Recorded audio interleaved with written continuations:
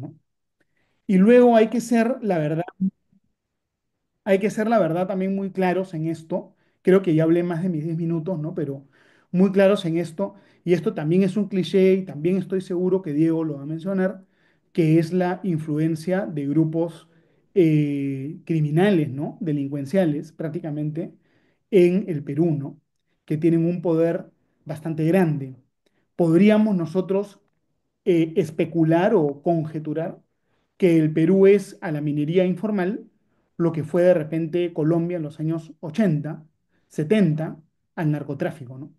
En el Perú la minería informal tiene un poder suave realmente muy grande. Por ejemplo, ustedes saben que los mineros informales en el Perú que tienen la inscripción en el REINFO pueden cometer delitos o todo tipo de actos lesivos al medio ambiente o lesivos a terceros, y los mineros informales inscritos en el REINFO van a tener una inmunidad civil, penal y administrativa. Es decir, básicamente para ellos el Estado de Derecho no aplica, ¿no?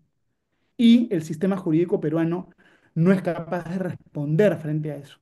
Miren el nivel, ¿no? Inmunidad civil, penal y administrativa. Y cuando esa inmunidad se les iba a acabar, los mineros informales hicieron una campaña que yo creo que es la campaña mediática más larga y más cara de la historia del Perú. No sé si ustedes vieron en todos los canales los spots publicitarios muy bien armados donde permanentemente era el mensaje a favor de la minería informal para no perder esa inmunidad, ¿no? Y cuando tocó votar en el Congreso, creo que el Congreso, casi por unanimidad, ¿no? Faltaron a lo mejor un par de votos, unos cuantos congresistas se opusieron, pero casi por unanimidad el Congreso votó para ampliar el reinfo, para ampliar este tipo de inmunidades, ¿no? Entonces, la lógica del Estado constitucional en el Perú, que nunca cuajó del todo, yo creo que se está descomponiendo de una manera un poco acelerada, ¿no? Por la polarización política, la fragmentación del sistema político, la degradación de los mecanismos de control jurisdiccional y de seguridad jurídica, la normalización de una serie de situaciones lesivas al debido proceso. Y miren, yo que trabajo con clientes internacionales, muchos de ellos inversionistas que quieren invertir en el Perú, ya es un patrón, ¿no? No es aislado, sino es sistemático que las grandes empresas que invertían en el Perú están decidiendo retirarse del Perú en el sector agrario, en el sector puertos, ¿no es cierto? En otros sectores, en el sector minero también, las empresas están diciendo, yo me voy del Perú porque el Perú es absolutamente inviable por la cantidad de red tape que hay, ¿no? Es decir, estamos en un proceso de descomposición bastante rápido y tenemos que poder parar ese proceso de descomposición. Y yo creo que hay, tanto, entre comillas, en la derecha como en la izquierda, fuerzas que de alguna manera contribuyen a ese proceso de descomposición. Y es una situación, pues, difícil de frenar, difícil de identificar, pero yo creo que el objetivo de este conversatorio es eh, poder ver cómo enfrentamos estos problemas, ¿no? Entonces, a ver, yo creo que ya hablé más de la cuenta. Dejamos ahora a Diego hacer su intervención y de ahí retomamos el diálogo, ¿no? Muchas gracias.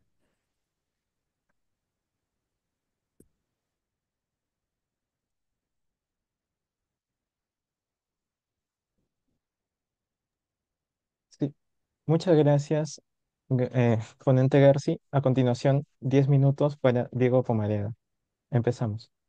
Excelente, Oscar, muchas gracias. Me sumo también al agradecimiento por habernos convocado al grupo de estudios constitucionales y también es un espacio enriquecedor con Lucas que vamos a compartir ahora, en el que definitivamente compartimos el diagnóstico en muchos de los casos, ¿no? Lucas ha mencionado al Parlamento, su fragmentación, también el enfoque de las bancadas, ¿no? Que genera un transfugismo, el sistema electoral fallido, el sistema de justicia, el crimen organizado.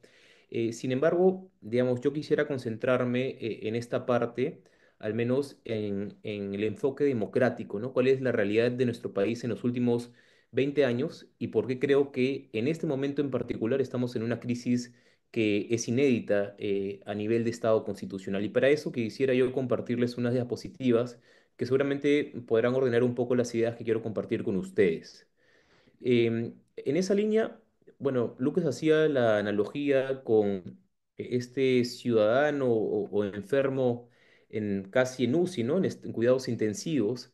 Y yo quisiera hacer una comparación más bien con el de una rana que está en una olla y que básicamente el agua de esta olla se ha ido calentando de forma gradual a tal nivel que la rana, digamos, era imperceptible el cambio de temperatura para esta rana, pero cuando el agua ya estaba lo suficientemente caliente como para que la rana se dé cuenta que estaba ya haciéndole daño, era demasiado tarde y la rana ya estaba cocinada, inclusive muerta, ¿no? Y eso creo yo que le está pasando a la democracia peruana.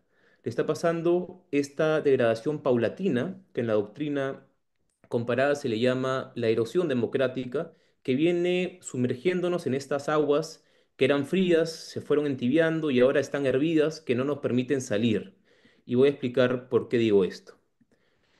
Básicamente, mi tesis es que desde el año 92, con Fujimori, cuando hizo el golpe de Estado, retomamos la democracia, tuvimos el periodo ininterrumpido más largo de nuestra historia en democracia, y en el 2016 ocurrió algo que comenzó a virar esta tendencia democrática, ¿no? Esta primavera democrática que tuvimos con 4 o 5 gobiernos sucesivos, sin interrupción, sin duda comenzó a resquebrajarse. Y en el 2016 en adelante se van dando estos matices o estas situaciones de erosión democrática que más adelante voy a explicar.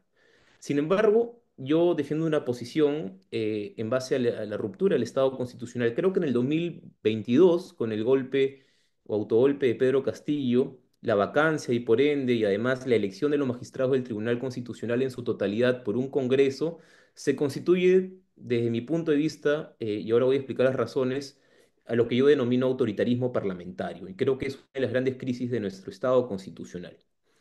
Les venía mencionando este cuadro que creo fundamental, ¿no? Vemos los últimos 15, 20 años, los periodos duraban desde Paniagua en adelante, bueno, Toledo, García Humala, Kuczynski, eran gobiernos hasta el segundo año de Kuczynski, estables, digamos, con una vacancia por ahí en el caso de García, por el caso justamente de este enfrentamiento social en las Bambas, pero luego eso cambió en los últimos 8 años a tal nivel que hemos llegado a tener, por ejemplo, 6 presidentes en 7 años, 3 parlamentos con una composición completamente distinta y un golpe de Estado fallido, ¿no? A tal nivel que la vacancia, si recordamos como institución, había sido utilizada solamente 3 veces en los últimos 200 años, con un periodo de cada 83 años se utilizaba la vacancia y luego se comenzó a utilizar cada 2 años para sacar un presidente, a ese nivel la proporción, ¿no? Entonces, los tiempos de las vacancias, de la inestabilidad política, contribuyeron a esta crisis democrática e institucional. Ahora, cuando yo hablo de erosión democrática es una degradación incremental y que afecta a estos elementos sustanciales de la democracia, pero hay algo que mencionaba con el ejemplo de la rana, que esta erosión es casi imperceptible. En el tiempo se van dando hechos, situaciones que van subvirtiendo la democracia de manera encubierta y lo más peligroso, que es algo que quiero defender y compartir con ustedes, es que esto se viene dando desde el mismo sistema democrático, o sea, no hay un opositor férreo al modelo democrático, sino desde las mismas reglas democráticas, desde el mismo sistema. Lucas mencionaba el Reinfo, por ejemplo, ¿no? Desde las mismas reglas de excepción, por ejemplo, los registros de mineros informales, se socava el Estado de Derecho. Y no solamente en minería ilegal, sino también a nivel democrático. Las reglas constitucionales se fueron moldeando hacia una visión de concentración del poder que ahora voy a explicar. Y además, lo más peligroso es que esta erosión, esta destrucción paulatina se está dando dentro del marco legal vigente, que es lo que más me preocupa. Entonces, ¿cuál es el problema? Primero que esta erosión se va dando de forma acumulativa y gradual y se apoya en métodos legales. Lo segundo es que la democracia nunca pensó estar en esta situación defensiva y no tiene los mecanismos para enfrentar la destrucción desde adentro. Usualmente siempre, y por eso es que en el siglo XX en el Perú, ¿no? y en Latinoamérica se daban golpes de Estado de golpe, ¿no? Por eso Gargarella habla de se acabaron la época de los golpes de golpes, sino entraron a la época de la erosión, de la destrucción desde adentro. Y además hay los incentivos de los políticos de permanecer en el poder, pero ahora lo hacen a través de las reglas constitucionales, ¿no? Entonces, eso, esa erosión ¿Cómo se concretiza? ¿Cuáles son sus herramientas? Desde mi punto de vista, a través del constitucionalismo abusivo. Es decir, utilizar reglas constitucionales para favorecerse, utilizar mecanismos que estaban diseñados por un objetivo, pero se utilizan para otro. Pero eso lo voy a explicar en unos minutos. Ahora, a nivel democrático, para un poco ver qué dicen los estándares internacionales, si ustedes ven aquí, entre el año 2022 y 2023 vamos decreciendo a nivel de cultura política y libertades civiles. Y lo más peligroso desde mi punto de vista es que en el 2024 y 2025 se viene la destrucción de los sistemas electorales, sobre todo con el enfoque de favorecer a grupos políticos que están en el poder ahorita con miras a las siguientes elecciones. Entonces, el Perú dejó de ser una democracia, digamos, imperfecta, como lo reconocía The Economist en su índice internacional, y ahora vamos hacia un modelo de democracia híbrida, o en todo caso una combinación entre democracia y autoritarismo. Eso lo dice este estándar.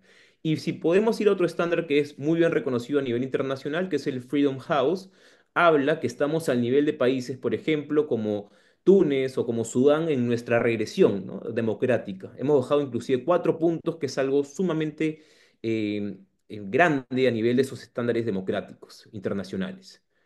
Ahora bien, quiero concentrarme un poco en la parte que mencionaba a partir del autogolpe de Pedro Castillo. Él lo que genera, le da las herramientas, todas las razones, con toda fundamentación de que sea vacado, pero a partir de esa vacancia se desencadena una situación particular que desde mi punto de vista es que el Parlamento concentra el poder, ya no tiene el contrapeso del Ejecutivo, ya no tiene el contrapeso del Tribunal Constitucional, y más bien lo que hace es concentrar el poder para sí mismo, y lo hace a través de distintas manifestaciones que voy a explicar a continuación, ¿no? Entonces tenemos esta situación donde a nivel internacional ya no solamente el Parlamento es conocido, y eso se los comento con conocimiento de causa a nivel internacional, estoy en otro país haciendo el doctorado y el Parlamento peruano y la presidencia se reconoce o con el reloj o con el caso de prostitución que se está en investigación en el Congreso, ¿no?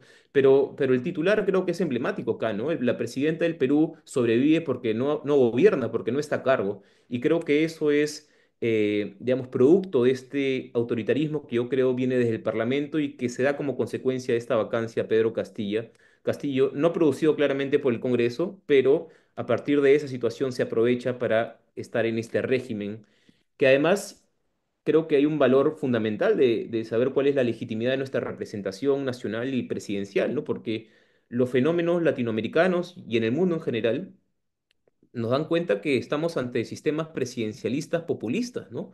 Que básicamente son los que van cobrando mayor fuerza a nivel del mundo. Pero en nuestro país hay un parlamentarismo no populista, porque no tiene ningún reconocimiento de la población, sino más bien desprestigiado y básicamente reforzado en una lógica institucional de son elegidos y a partir de eso pueden hacer lo que quieren, ¿no?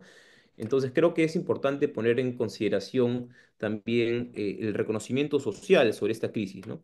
Y bueno, con esto voy cerrando en esta primera presentación. Yo siento que una de las grandes, digamos, el fenómeno que se está dando dentro de este periodo que vengo explicando es el de un parlamento tiránico con acciones de concentración del poder, con el espíritu de inmiscuirse en otros órganos de poder para justamente tener mayor discrecionalidad política y avanzar en sus fines políticos personales, intereses particulares o intereses políticos para permanecer en el poder, ¿no?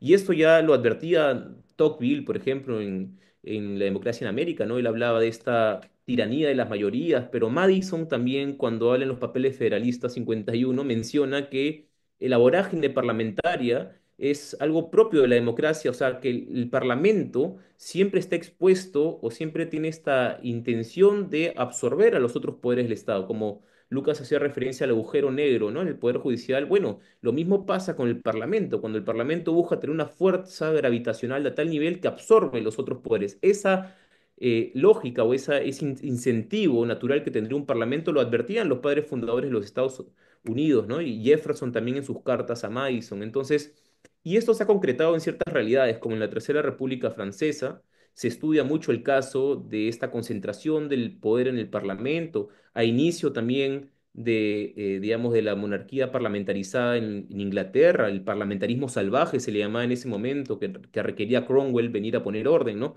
O en Lituania hay un caso muy emblemático en 2 años que el Parlamento concentra poder. Entonces, creo que ese es un fenómeno inédito que se viene dando en el mundo, pero sobre todo en el Perú, con ciertas características que son propias de nuestro sistema y que siguen, digamos, en esta lógica, creo yo, un patrón, que es un manual de los autócratas, ¿no? Es básicamente, y esto es, si lo comparamos con el mundo, uno va a Hungría y ve que el presidente húngaro, que es, digamos, internacionalmente reconocido como un dictador o como una persona autoritaria, ha ampliado el número de magistrados del Tribunal Constitucional para él elegir y tener más fuerza en ese órgano de poder, ¿no? O en ese órgano de justicia. O los consejos nacionales de la magistratura son, en Polonia, por ejemplo, la toma del Consejo Nacional, que son las juntas nacionales de justicia, es algo que toman como primera idea los autoritarios.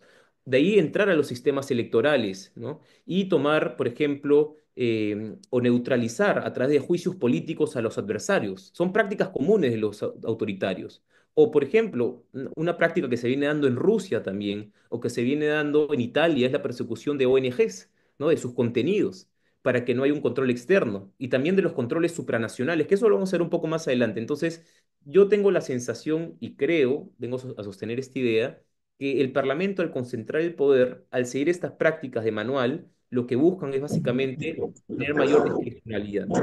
Con eso, digamos, concluiría yo diciendo que sí, que en efecto existe una crisis en el Estado constitucional y en el momento en el que vive el Perú al día de hoy está ocasionada, sin ánimos de merecer o quitarle responsabilidad a presidentes como Castillo en su momento, Vizcarra también de forma abusiva con una disolución parlamentaria y gobierno a través de decretos de urgencia, pero todo eso ha erosionado al Estado constitucional a tal nivel que nos encontramos hoy con un autoritarismo parlamentario y que seguramente eso generará algunas reacciones y, digamos, abierto a conversarlo y a debatirlo. Entonces me quedo por aquí para seguir dando espacio al debate. Muchas gracias. Muy bien. Sí. Eh, ya, para dar el pase brevemente. Ha sido nuevamente agradecemos la participación, muy interesante el diagnóstico, por así decirlo, que he hecho partiendo de los últimos años de conceptos de estadísticas internacionales para explicar lo que vivimos hoy en día. Entonces, partiendo de esta base, ¿cuál sería el diagnóstico en cuanto a factores de esta crisis en que vivimos, pero esta vez por parte del doctor Gersi? ¿Qué opina de este constitucionalismo abusivo o esta dictadura parlamentaria? Cada uno en esta Cor- ronda de réplica va a tener 5 minutos. Le doy Correcto. pase al doctor. Gracias, Oscar. Y si se me acaba el tiempo, te pido que me cortes, por favor. A Ok. ver, yo creo que Diego y yo estamos en acuerdo en el diagnóstico general. Seguro hay una diferencia de matices. Lo que ha dicho Diego, yo creo que es complementario a lo que he dicho yo. Pero yo creo que más interesante. Entonces, ¿cuál es la solución? ¿No es cierto? Yo creo que el diagnóstico es bastante obvio, ¿no es cierto? Es obvio que el sistema democrático y el Estado de Derecho se pueden usar para disminuir el Estado de Derecho, ¿no? Hay muchos ejemplos de eso, ¿no? No solo la Alemania de Weimar, sino también Europa del Este después de la Segunda Guerra Mundial. Cuando las tropas rusas, soviéticas, invaden Polonia, Hungría, Checoslovaquia después de la Segunda Guerra Mundial, no hacen una revolución comunista violenta, sino que dentro del sistema democrático, de manera muy, muy, muy sutil, van acumulando poder hasta que en determinado momento se creó una dictadura sin que nadie se diera cuenta, ¿no? Es decir, paulatinamente, por supuesto que se puede crear un régimen autoritario. También es una idea clásica que está en el Federalista de Madison, la idea de la dictadura parlamentaria, ¿no? Que es una idea que no deja de ser un poco como irónica, ¿no? Porque lo que siempre hemos criticado al Parlamento en el Perú es su fragmentación, que es caótico, que no hace nada, y resulta que ahora lo que nos preocupa no es que el Parlamento no se pone de acuerdo, sino que sí se pone de acuerdo, ¿no? Es decir, cuando el Parlamento peruano no se ponía de acuerdo y no hacía nada, lo odiábamos, y ahora que el Parlamento peruano se pone de acuerdo, ahora que Perú Libre y Fuerza Popular en algunos casos votan juntos, lo odiamos todavía más, ¿no? Es decir, ¿qué es lo que nos molesta del Parlamento peruano? Nos molesta su inoperancia o más bien su capacidad de ser demasiado eficiente, ¿no? Pareciera que hemos ido de un extremo al otro. Y yo lo que pienso es que el problema que nosotros tenemos es un problema de diseño constitucional. Y es un problema de diseño que antes no veíamos sus efectos tan negativos porque de repente los actores venían con una autolimitación voluntaria. La política, la cultura democrática en el Perú se ha degradado. Las élites políticas han salido, han entrado actores nuevos, provenientes de movimientos regionales, que ya no tienen escrúpulos que habían antes, ¿no? Por ejemplo, los PPKs y los Solaris y los Ferreros de este mundo, ustedes entienden a lo que me refiero, ¿no? Estos políticos de la década del 2000 hasta el 2015, 14 tenían unos escrúpulos que no los tiene el señor Cerrón, que no los tiene el señor Vizcarra. Es decir, la política se ha vuelto una política más despiadada. Entonces, ¿cuál creo yo que es el remedio? El remedio consiste en que la designación de los organismos constitucionales autónomos dependa del Congreso, que tenga una legitimidad democrática, pero que no dependa del Congreso en un momento específico, de tal forma que no sea posible para una conformación determinada del Congreso copar las instituciones. El problema que nosotros tenemos es un problema de diseño. Por ejemplo, ¿no? Entiendo que yo lo que pienso acá es que lo más importante es la conformación del actor Congreso con la conformación del actor Tribunal Constitucional. Lo que Diego piensa, y yo creo que no lo ha dicho de forma expresa, pero estoy seguro que Diego tú lo piensas, es que como este Congreso nombró a este Tribunal Constitucional no fiscaliza el Congreso. Pero el anterior, ese sí fiscalizaba, pero este no lo fiscaliza porque lo nombró este Congreso. Yo tengo un estudio empírico que lo estoy por publicar para probar si es que el Congreso realmente tiene capturado al Tribunal Constitucional. Eso lo tienes que probar empíricamente. Pero para que no tengamos ni siquiera esta sospecha, está mal que se escoja en el mismo momento a 7 magistrados del Tribunal Constitucional. La elección tiene que ser escalonada. También está mal, creo yo, que el Parlamento se renueve a sí mismo al 100% en el mismo momento, porque eso da lugar a cambios demasiado bruscos. Debería haber también una renovación del Parlamento escalonada.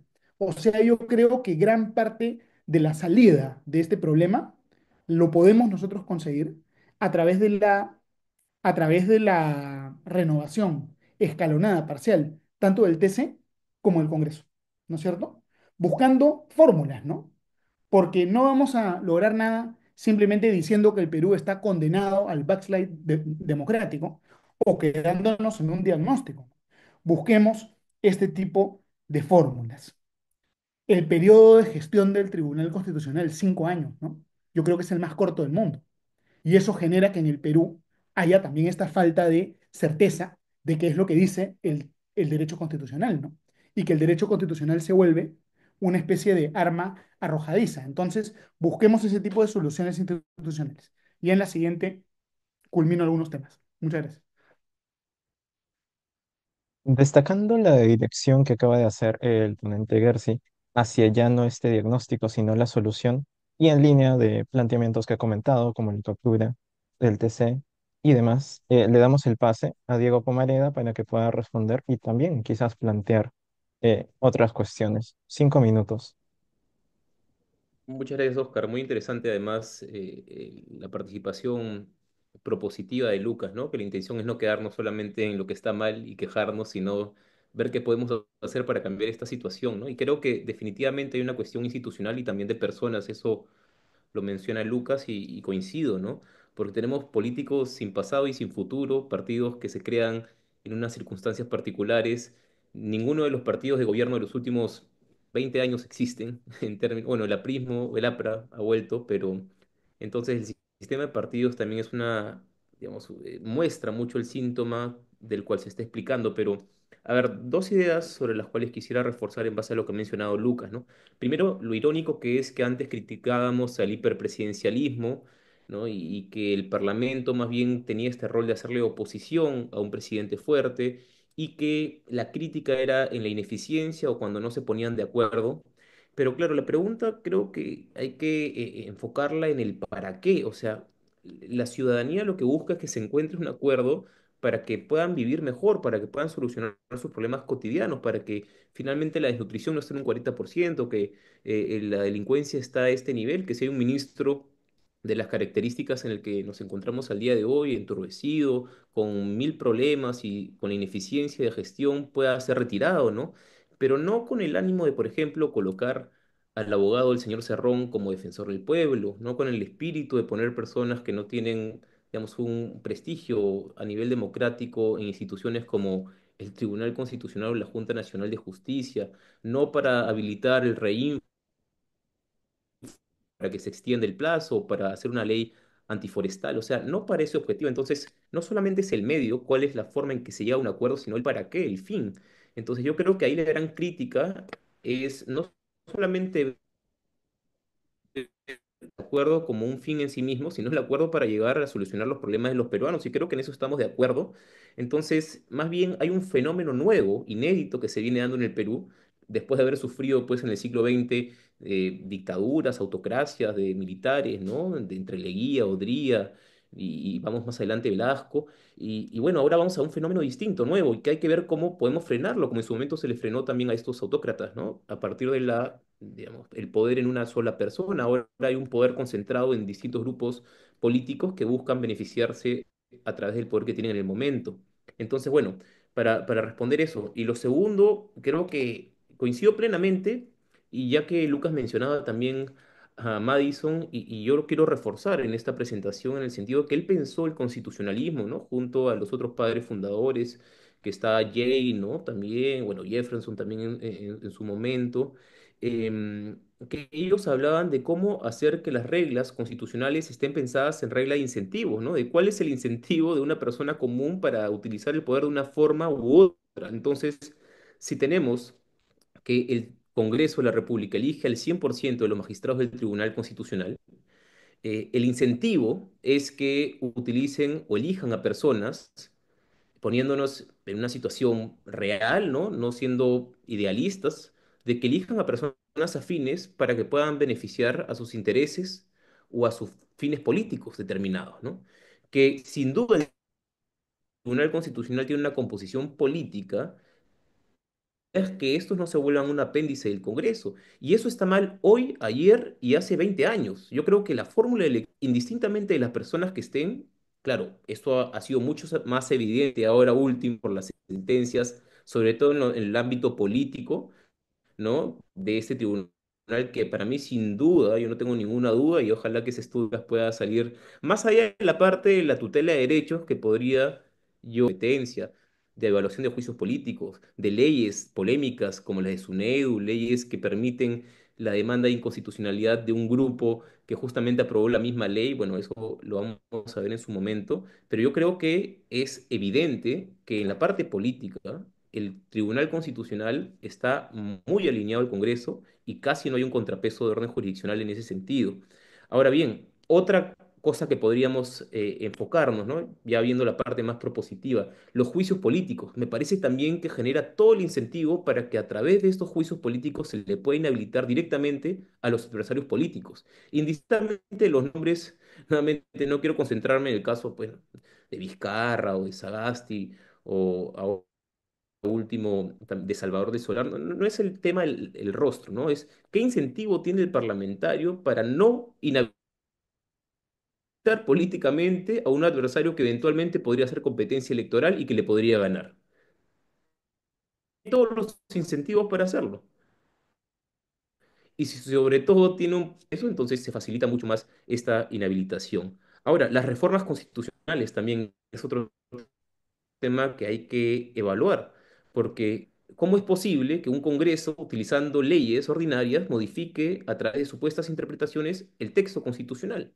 ¿No? Entonces, y está claramente establecido, si uno ve en Latinoamérica, que los grandes autócratas han logrado su poder y consolidarse en el mismo a través de reformas constitucionales, ¿no? Perpetuándose en el poder. Vemos en Bolivia a Evo Morales, vemos a Colombia cuando quiso hacer la reelección Álvaro Uribe y Fujimori también, sin duda, con su ley de interpretación auténtica en el año 2000, ¿no? Entonces, lo que yo quiero decir es que la reforma constitucional es algo a lo cual debemos de prestarle especial atención, tal vez no modificarla como se viene haciendo en dos legislaturas sucesivas y ordinarias de 87 votos. Tal vez ver otras fórmulas, tal vez compartir que dos congresos distintos aprueben las reformas constitucionales. En un momento, un congreso con una composición y en un segundo momento con otra composición para que haya una real representación y nada más no se concentre el poder en grupos que están en un momento determinado, ¿no? Entonces termino diciendo, ¿no? Yo creo que sí, coincido con las elecciones escalonadas, me parece que es una alternativa que funcionaría muy bien, la renovación por mitades, por ejemplo, que el Congreso no elija de forma absoluta a los magistrados del tribunal y a las altas autoridades, creo que le hace daño, hay un incentivo ahí que puede ser perverso. También, nuevamente, las reformas constitucionales hay que verlas. Y, en todo caso, la revocación o remoción de autoridades del más alto nivel, creo que es un peligro también, como pasó en la Junta Nacional de Justicia, ¿no? La Constitución dice, por falta grave, ¿no? El Congreso puede retirarlos, ¿no? A través de un procedimiento que no existía, bajo ciertas circunstancias políticas. Creo yo, se busca cualquier excusa y se les puede retirar el cargo, lo que aplicar no solamente a la Junta Nacional, puede aplicar al Tribunal Constitucional, puede aplicar también a otros órganos constitucionalmente autónomos. Y dos cosas finales, ¿no? Por ejemplo, ¿cómo es posible que Vizcarra haya podido gobernar en el interregno parlamentario a través de decretos de urgencia? Eso me parece una aberración, o sea, contraviene todo nuestro sistema constitucional y eso tiene que cambiarse también. ¿Cómo es posible que cuando Sagasti asume el poder, encabeza el poder legislativo y a la vez el poder ejecutivo? O sea, ¿cómo un presidente a nivel de nuestro diseño constitucional puede concentrar el poder en ambos poderes del Estado? O sea, en este caso no pasó nada porque, desde mi punto de vista, un presidente ponderado que no abusó del poder que tenía en su momento, pero otra persona que sea abusiva, que aplique esa regla de sucesión constitucional, es presidente del Congreso y a la vez presidente del Ejecutivo. Y eso es un gran daño que puede hacerse a la democracia. Bueno, me quedo por aquí y seguramente más adelante desarrollaré. Muy bien, gracias nuevamente al ponente Diego por su participación. Muy destacado lo último que acaba de comentar, especialmente en cuanto a la reforma constitucional y cosas que podrían hacerse. Ahora bien, tiene el pase el ponente Lucas García. Respecto a esto, iniciamos con la dúplica, son 3 minutos cada uno. Comenzamos.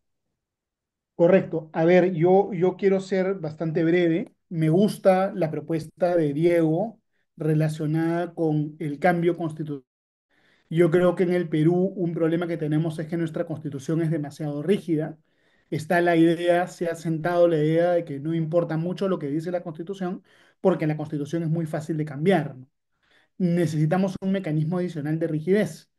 Quizá la rigidez que plantea Diego de que dos congresos participen en la modificación de la Constitución, quizá eso ya hace que el cambio sea demasiado lento. Quizá podría haber dos alternativas, ¿no? Alternativa uno, lo que plantea Diego, ¿no? Dos conformaciones del Congreso con una supermayoría. Alternativa dos, lo del referéndum, ¿no? A mí me gusta la idea de que todas las modificaciones en la Constitución pasen por un referéndum. ¿Por qué? Porque la Constitución es importante, ¿no? Y si no hay referéndum, lo que termina pasando es que la mayor parte del pueblo nunca se enteró que se cambió la Constitución. Entonces, a mí me resulta atractiva la idea que todos los cambios de la Constitución tengan referéndum. Yo creo que Diego estás enfocado en una parte, que son las patologías del sistema parlamentario, pero más allá de la coyuntura y todo lo que has mencionado, Diego, que podemos discutir, la degradación del Estado de Derecho no es únicamente Parlamento, ni principalmente Parlamento, ¿no? Mira, por ejemplo, todos los presidentes, gobernadores regionales presos, ¿no? Mira la disfuncionalidad del sistema judicial.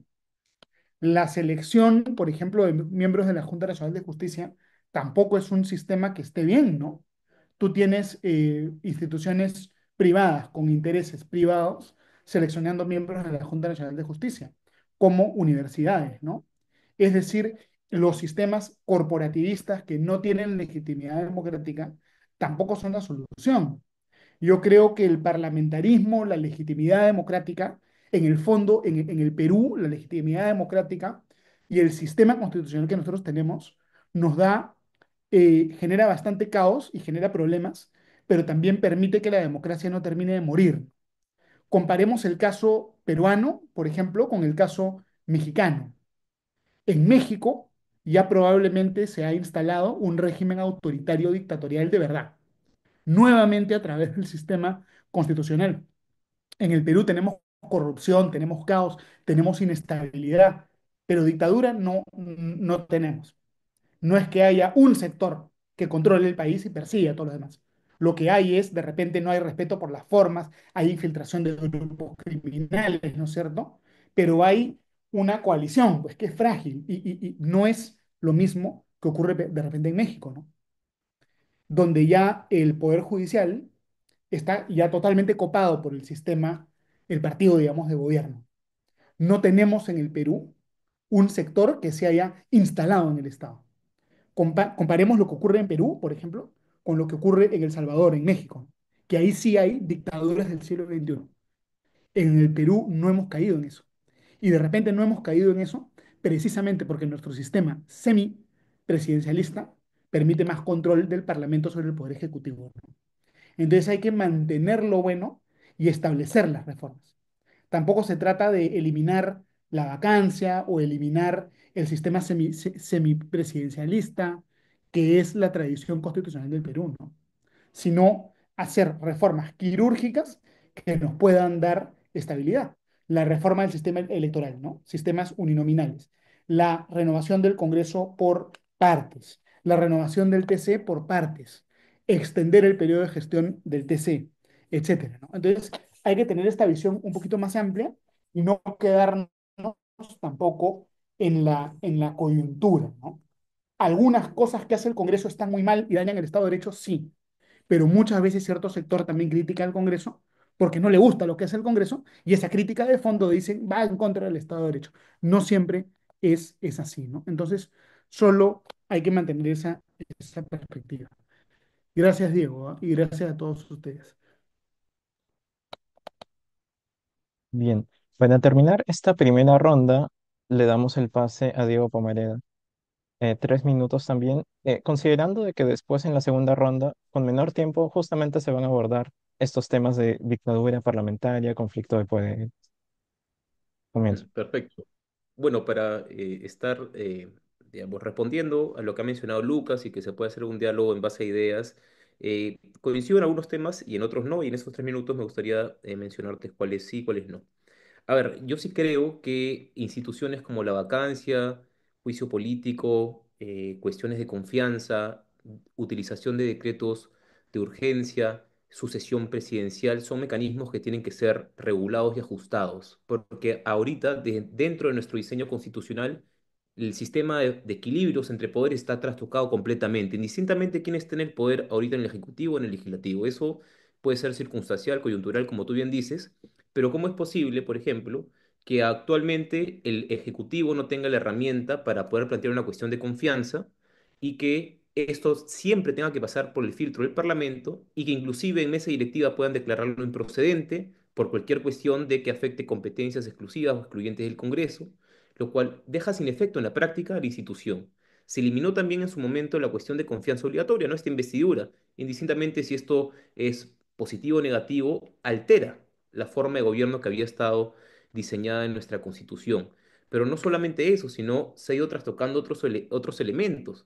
El Congreso también ha entrado, por ejemplo, a regular sobre las competencias del Ministerio Público a través de una ley ordinaria. Ha ampliado el tiempo de la Contraloría General para que pueda estar más de 7 años si el Congreso lo cree de esa forma, ¿no? Como pasa en el Tribunal Constitucional.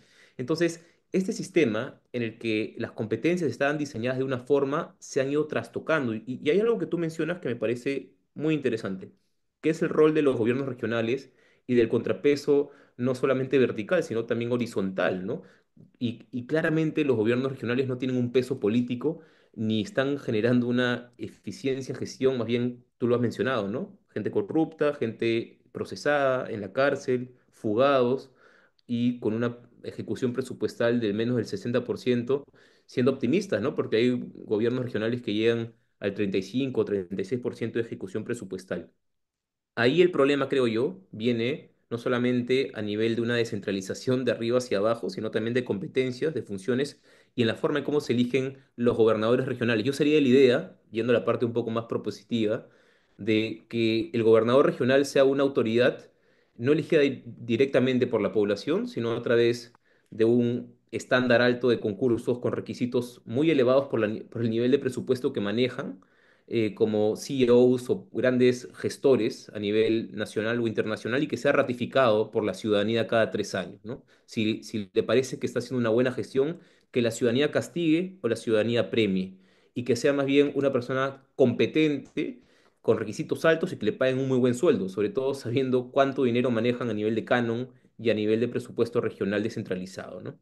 Y con esta idea final me quedo. Lo de la Junta Nacional de Justicia, yo creo que el sistema es perfectible, pero claramente es mejor que el pasado. Yo creo que si seguimos en una lógica de principio, más allá de los casos coyunturales, que una alta autoridad como la Junta Nacional de Justicia sea elegida por digamos, un comité especial, un consejo que esté conformado por varias entidades del Estado, entre ellas el Tribunal Constitucional, el Fiscal de la Nación, el Defensor del Pueblo, ¿no? Instituciones que son autónomas, que defienden distintas visiones de Estado, digamos, en cuanto a sus competencias, hace que el modelo sea mejor y además si tiene un concurso público de méritos.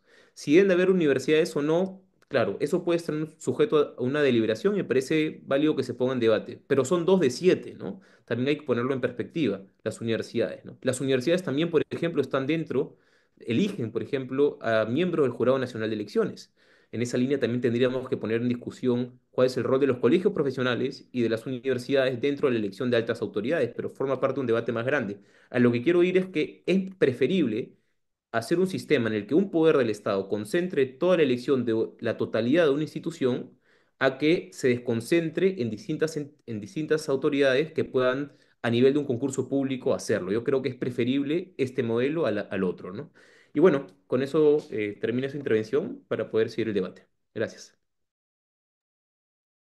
Muy bien, agradecemos finalmente a ambos por estas participaciones en la primera ronda y daríamos pase o comienzo a la siguiente ronda, esta vez versando sobre si es que vivimos en una dictadura parlamentaria, enfatizando en cuestiones como el conflicto de poderes, qué es lo que se puede hacer, y también específicamente en cuanto a los actos del Parlamento sujetos a control, qué es lo que estamos, o bueno, experimentamos en los últimos tiempos. Muy bien.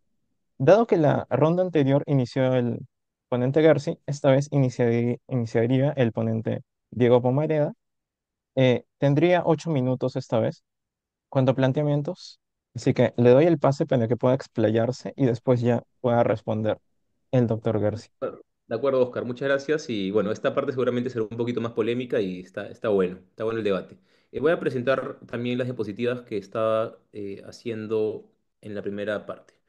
Ok, entonces la pregunta que nos haríamos es si estamos ante una dictadura parlamentaria y yo diría que en principio no, pero sí creo que podría calzar dentro del concepto de una dictadura electiva. ¿Qué quiere decir esto? Un grupo de personas que son elegidas y que por el solo hecho de ser elegidas decimos, como ganamos en la votación, tenemos derecho a hacer lo que queremos, ¿no? Entonces, eso creo que sí tiende a una lógica de sentirse un primer poder del Estado, sin controles, sin supervisión, concentrando a cualquier entidad o atacando a cualquier entidad que pueda ser un contrapeso político o constitucional o jurídico inclusive, ¿no? Y hemos visto a una ex fiscal de la Nación destituida, 2 miembros de la Junta Nacional destituidos, policías destituidos también por el hecho de oponerse a la corrupción en el poder. Entonces creo que va por ahí la lógica de este depostismo o este dictadura electiva. Pero yo me quedaría más con otro concepto que ahora lo voy a compartir.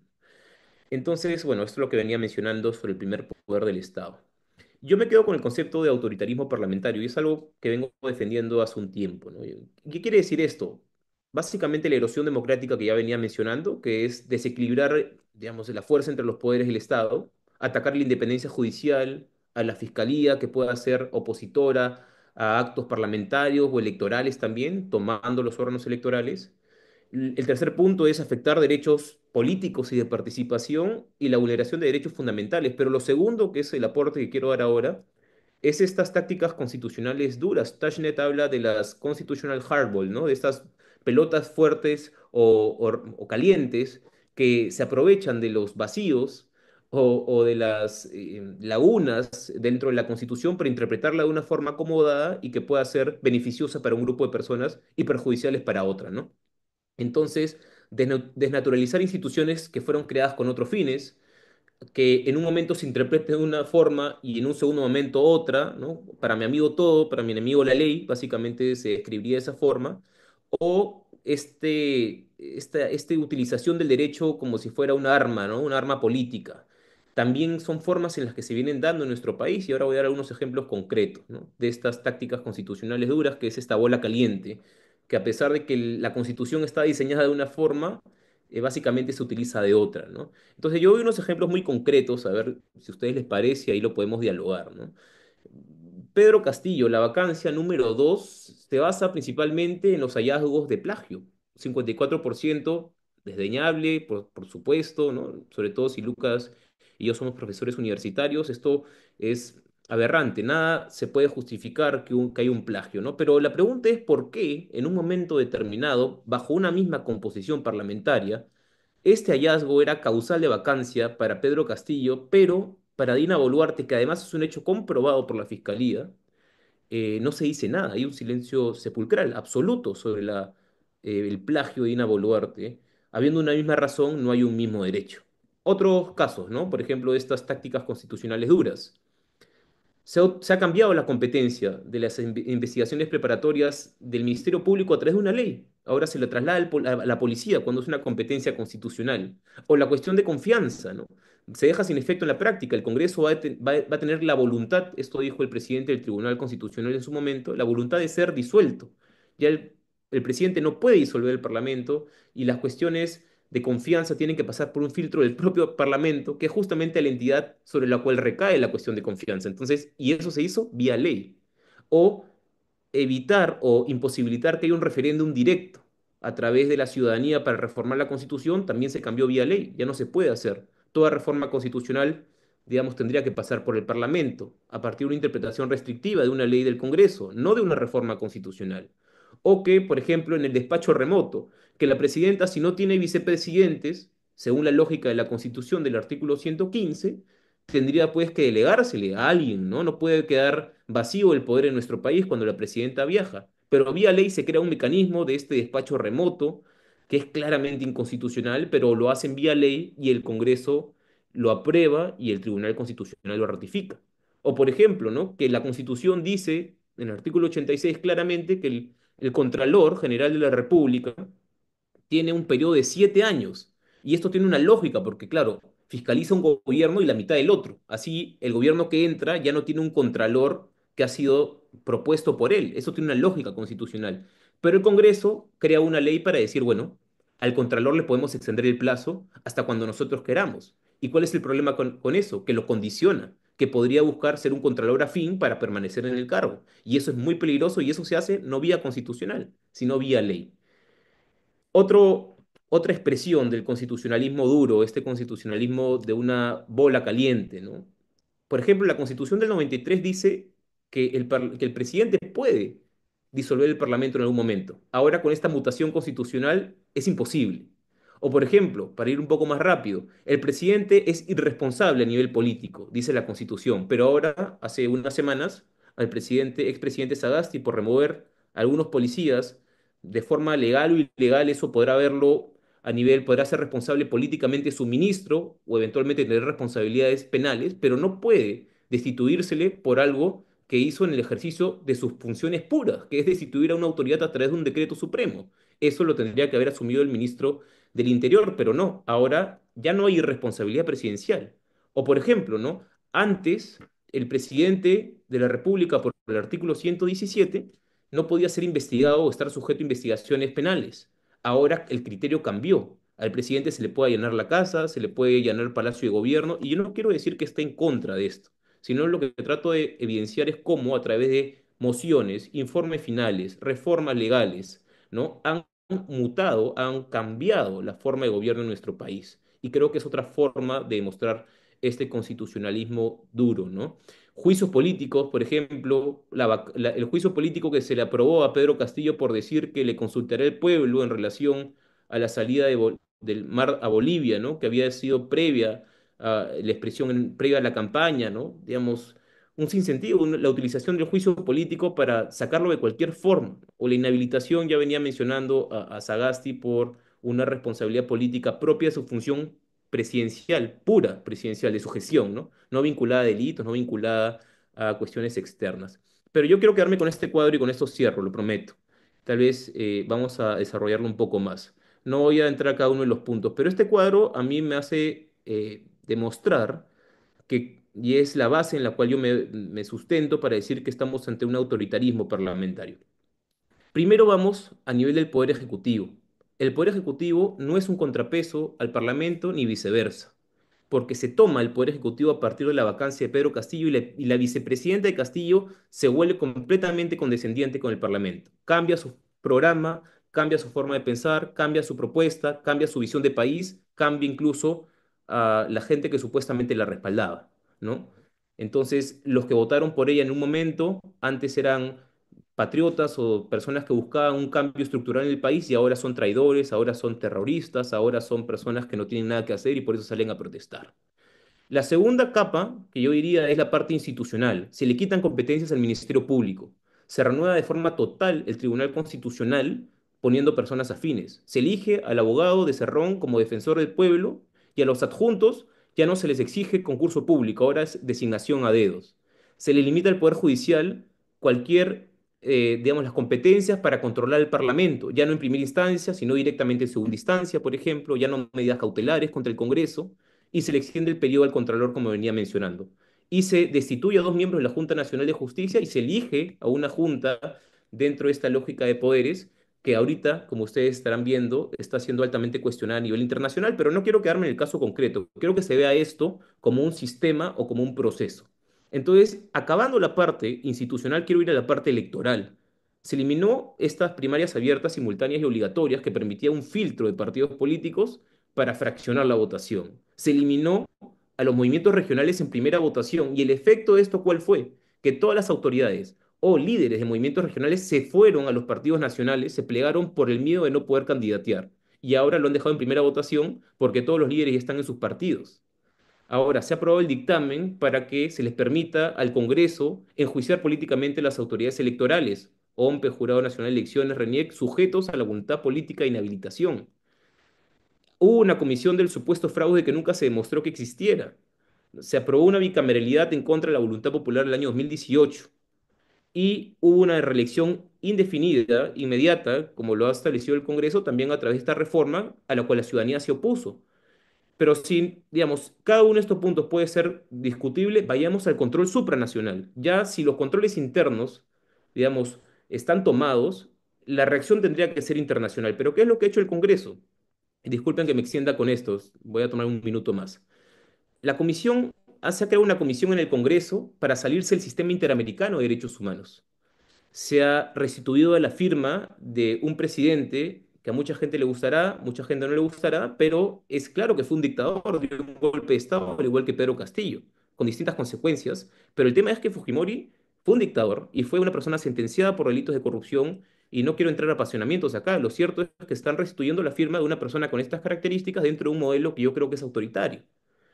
Ahora, se desacató una decisión de la Corte Interamericana, en el caso Fujimori, saliendo con un comunicado del Congreso y el Ejecutivo a través de un pronunciamiento diciendo que no van a hacerle caso a la Corte Interamericana, sino al Tribunal Constitucional. También se aprobó la prescripción de delitos de lesa humanidad, lo cual está prohibido expresamente en un tratado internacional, y se decidió a través de nuevo Código Procesal Constitucional que las sentencias de la Corte en los casos que el Perú no es parte no son vinculantes para el Perú, contraviniendo la jurisprudencia de la Corte Interamericana. Y si nos olvidamos del sistema interamericano, los controles externos, podemos ir a los intereses, ¿no? Que es un poco a lo que se refería Lucas en la primera parte de la presentación. Prescripción de delitos, licenciamiento perpetuo de universidades, ley antiforestal, que los profesores que no hayan pasado los exámenes puedan entrar a la docencia, que los partidos políticos no puedan ser juzgados como organizaciones criminales, ampliación del reinfo, que sea imposible que los materiales de la minería ilegal sean incautados por la policía y demás, ¿no? Entonces, sin ánimo a extenderme mucho más, quisiera solamente concluir lo siguiente. Esto puede ser debatible, ¿no? Tal vez Lucas me dirá, la bicameralidad pues es algo que se puede hacer, el tiempo pasa, la prohibición de tocar el referéndum son 2 años, o el caso, por ejemplo, de los movimientos regionales, solamente fue en primera votación, Pero si lo vemos esto como un sistema, como una forma en que se toma el poder, yendo a las entidades públicas, yendo al sistema electoral, menoscabando derechos políticos, favoreciendo intereses, creo yo claramente, y concluyo con esto, que nos encontramos ante un autoritarismo parlamentario y que lamentablemente no veo mucha esperanza de que esto vaya a cambiar en las siguientes elecciones. Por acá me quedo, disculpen por extenderme el tiempo. No se preocupe, le agradecemos su participación y pasamos rápidamente a el ponente Lucas García. ¿Existe una dictadura parlamentaria para usted? Su A micrófono. ver, sí, sí, sí. A ver, yo creo que hay una degradación en general del Estado de Derecho en el Perú, pero dictadura parlamentaria es algo que no existe, ¿no? Es algo, digamos, una figura retórica que estira un poco la realidad, ¿no? Diego ha hablado de una gran cantidad de leyes y normas y situaciones diversas, y yo creo que hace mal, Diego, con el cariño y respeto de siempre, en ponerlas dentro del mismo esquema, porque las cosas que ha mencionado son variadísimas en su naturaleza, ¿no es cierto? Algunas de ellas plantearán cuestionamientos constitucionales legítimos, sí. Otras me temo que simplemente son cosas que de repente a Diego no le gustan, ¿no? Yo estaba mirando un meme, ¿ya? Que publicó Elon Musk el día de ayer, ¿no? Y Elon Musk puso, en broma, introducción al derecho constitucional. Norma que me gusta, es constitucional. Norma que no me gusta es inconstitucional, ¿no? Entonces yo creo que hay una lógica un poco en ese sentido, ¿no? Digamos, hay normas que nosotros las podemos cuestionar, que no nos pueden gustar, ¿no es cierto? Como por ejemplo, a Diego le puede fastidiar, ¿no? Que se haya restablecido la firma de Alberto Fujimori a la Constitución, ¿no? Pero esa es una amenaza al Estado de Derecho o una señal de autoritarismo. Yo creo que no hay argumentos para respaldar eso, ¿no? O sea, tenemos que ser muy, muy precisos y muy cuidadosos y muy técnicos en la terminología y las cosas que decimos, las cosas que decimos. Yo creo que el sistema constitucional peruano no es presidencialista, sino que es semipresidencialista. El sistema constitucional peruano está diseñado para que el presidente de la República busque el respaldo del Parlamento para gobernar. El Perú tiene un sistema constitucional similar al sistema de Francia, ¿no es cierto? En Francia, cuando el partido que gobernaba, que tenía el poder ejecutivo, no tenía control parlamentario, lo que ocurría era una situación llamada la cohabitación, ¿no es cierto? En la cual los partidos de oposición participaban en el gobierno y de facto se hacía una coalición, ¿no es cierto? Es decir, habían partidos que en principio eran de oposición que de repente tenían ministros, ¿no? Y en el Perú lo que estamos viendo, y es algo nuevo, es algo que nos choca, que nos fastidia, lo que estamos viendo es un gobierno de coalición entre la gente que está en el Poder Ejecutivo y los bloques parlamentarios. Y en realidad nuestro sistema constitucional está diseñado para que haya este tipo de gobiernos de coalición cuando el partido que gana la presidencia no tiene una mayoría parlamentaria clara, ¿no es cierto? Es decir, en el Perú estamos aprendiendo a conformar gobiernos de coalición, ¿no es cierto? Por ejemplo, ¿no? El otro día me llamaron unos periodistas, ¿ya? Me llamaron unos periodistas indignados, ¿no? Doctor Gersi, queremos que usted comente. Es terrible, nos parece terrible que el ministro de Educación tiene vinculaciones con el partido Alianza por el Progreso. Perdón, el ministro de Salud tiene vinculaciones con el partido Alianza por el Progreso. Y yo le digo al periodista, puede ser que las tenga o que no las tenga, pero si las tuviese, eso no es per se malo, porque la lógica del sistema parlamentario es que el Poder Ejecutivo busca respaldo parlamentario, porque si no busca el respaldo parlamentario, las bancadas pueden, de repente, remover a los ministros a través de la censura, ¿no?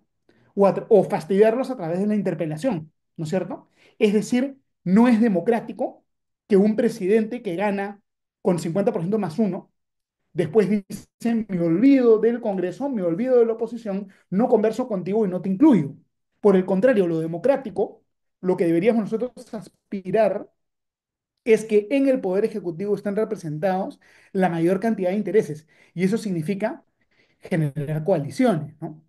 El problema es que de repente la coalición que nosotros estamos viendo está buscando, tiene una agenda de repente que es a lo mejor populista, a lo mejor en algunos casos desinstitucionalizadora, en algunos casos de repente irresponsable. Yo creo que el cuestionamiento es más un cuestionamiento al contenido de la agenda de la coalición de gobierno y no tanto al hecho de que exista una coalición de gobierno. Yo creo que es sano que exista una coalición de gobierno.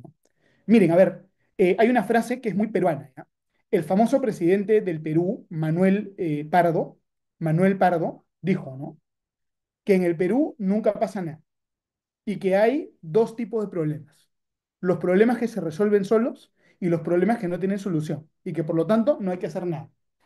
En el Perú estamos acostumbrados a ese Perú, el Perú donde nunca pasa nada. Lo que ha ocurrido ahora es que tenemos una coalición de gobierno ejecutivo con respaldo parlamentario que ha logrado desarrollar cierta capacidad ejecutiva, cierta capacidad para coordinar y para hacer cosas. Y eso nos llama la atención, porque en el Perú estábamos acostumbrados a gobiernos que tenían poca capacidad ejecutiva, a congresos que tenían poca capacidad ejecutiva y a bloques políticos enfrentados que no conversaban entre sí. ¿No es cierto? Una crítica que se hace es la crítica de la polarización, ¿no? Pero ahora la crítica es que hay muy poca polarización y que se creó el fujicerronismo o que se creó estos bloques de derecha y de izquierda y de centro que conversan y pactan y hacen cosas entre ellos, ¿no? Entonces, tenemos que observar adecuadamente lo que estamos viendo. Digamos, está bien que hayan este tipo de coaliciones. Muchas de las cosas que esta coalición está haciendo de repente no están bien. Existen, obviamente, todavía pesos y contrapesos en el Perú. Y un ejemplo de eso es que muchas de las hardball constitucionales que mencionó Diego efectivamente fueron paradas, ¿no? Derrotadas, ¿no? De repente el Poder Judicial, a través de amparos, logró paralizar muchos de los juicios políticos, ¿no? El Tribunal Constitucional, aunque Diego tiene una posición crítica, ¿no es cierto? El Tribunal Constitucional en meses recientes, semanas recientes inclusive, ha emitido sentencias de inconstitucionalidad fundadas, ¿no? Es decir, es mentira que el Tribunal Constitucional le pase todas al Congreso. Hay algunas sentencias de inconstitucionalidad fundadas que ha emitido y eso tendremos que medirlo, ¿no? También. Pero acá el fenómeno relevante es la existencia, creo yo, por primera vez en el Perú de manera clara, de un gobierno de coalición. Ese es el fenómeno político que estamos viendo. Es decir, las bancadas en el Perú han desarrollado esa capacidad de formar gobiernos de coalición. Y eso significa que las bancadas tienen más poder relativo respecto de otros sectores, ¿no? Por ejemplo, a ver, aquí hay un elefante en el cuarto que no hemos mencionado, ¿ya? Y de repente voy a ser polémico en lo que voy a decir. El elefante es el concepto de lo caviar, el concepto de la caviarada, ¿no? Diego ha hecho una especie de decálogo o manifiesto de todas las cosas que le fastidian, que le molestan al sector, entre comillas, caviar. De repente con razón, de repente sin razón, ¿ah? Yo creo que en muchas cosas los caviares tienen razón. ¿Ya? Pero ¿qué es lo que ocurre? Lo que ocurre es que en el Perú, cuando nosotros no teníamos bancadas con capacidad de formar coaliciones, se generaba una especie de impasse, ¿no? Gobierno sin capacidad ejecutiva, Congreso sin capacidad ejecutiva, impasse, y frente a esa debilidad del poder político democrático, habían grupos que no tenían poder político, que tenían otro tipo de poder, que lograban tener más influencia. Hoy en día, al existir una coalición, digamos, este poder soft como que pierde un espacio, ¿no es cierto? Si el grupo caviar quiere recuperar su espacio, el grupo caviar lo que tiene que hacer es participar en política. El grupo caviar no va a tener ninguna posibilidad de participar e influir en la política si no tiene su bancada, ¿no? Una bancada grande, algo que prácticamente no tiene, porque la población no votó por ello. El resultado, digamos, el camino de la defensa del Estado de Derecho no es la desdemocratización del Perú. Convertir al presidente regional en un burócrata no electo es algo absolutamente inviable y creo yo además inconstitucional, regresivo, ¿no? Ahí sí discrepo de lo que tú has dicho, Diego. Posiblemente sería más eficiente, ¿no? Lo que tú dices. Quizás sería mejor para el país, ¿no? Pero creo que no es compatible con la Constitución, ¿no? La cuestión de confianza, ¿no? La posibilidad de disolver el Congreso es muy peligroso, ¿no? Yo creo que los parches que puso el Congreso son parches torpes, pero son mejores que los que teníamos antes, ¿no? ¿Cómo pienso yo que debería regularse esta situación? En todos los países del mundo con sistemas parlamentarios de gobierno o semiparlamentarios de gobierno, cuando el Poder Ejecutivo disuelve el Parlamento y adelanta una elección, no es que el país se queda sin Parlamento, sino que lo que ocurre es que el Parlamento antiguo se mantiene en su cargo hasta que se escoge al Parlamento nuevo.